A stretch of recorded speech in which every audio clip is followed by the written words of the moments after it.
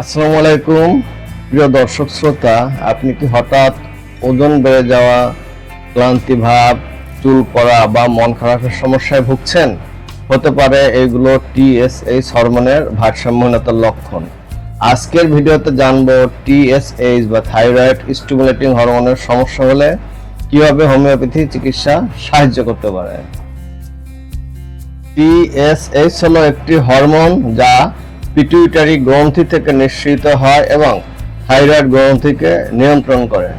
যদি এই হরমোনের মাত্রা বেড়ে যায় তখন হাইপোথাইরয়েডিজম দেখা দেয়, আর কমে গেলে হাইপারথাইরয়েডিজম দেখা দেয়।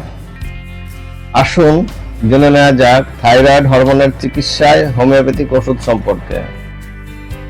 প্রথম ওষুধ থাইরয়েডিনাম।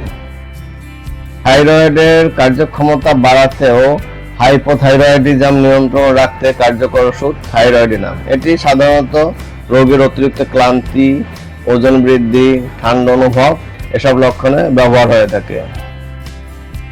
Calcarea curve. যদি রোগীর ওজন বেড়ে যায়, অতিরিক্ত ঘাম হয় এবং মানসিকভাবে দুশ্চিন্তা থাকে তাহলে তার জন্য ক্যালকেরিয়া কার্ভ ওষুধটি কার্যকর হতে পারে। সিপিয়া।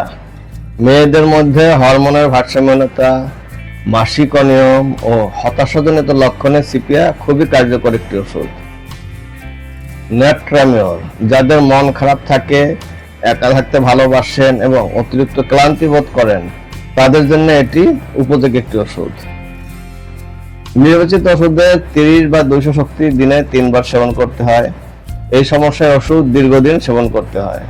মনে রাখবেন, হরমোনজনিত সমস্যা কখনো কখনো দীর্ঘমেয়াদী হতে পারে, তাই স্বল্পমেয়াদী সমাধানে না গিয়ে একজন অভিজ্ঞ হোমিওপ্যাথিক চিকিৎসকের পরামর্শ নিয়ে দীর্ঘমেয়াদী চিকিৎসা গ্রহণ করুন।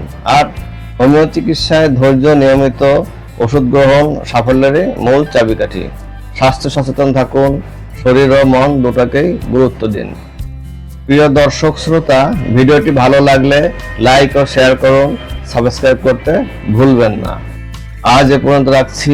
ইনশাল্লাহ আগামীতে নতুন কোনো বিষয় নিয়ে আলোচনা হবে। আসসালামু আলাইকুম ওয়া রাহমাতুল্লাহি ওয়া বারাকাতুহু।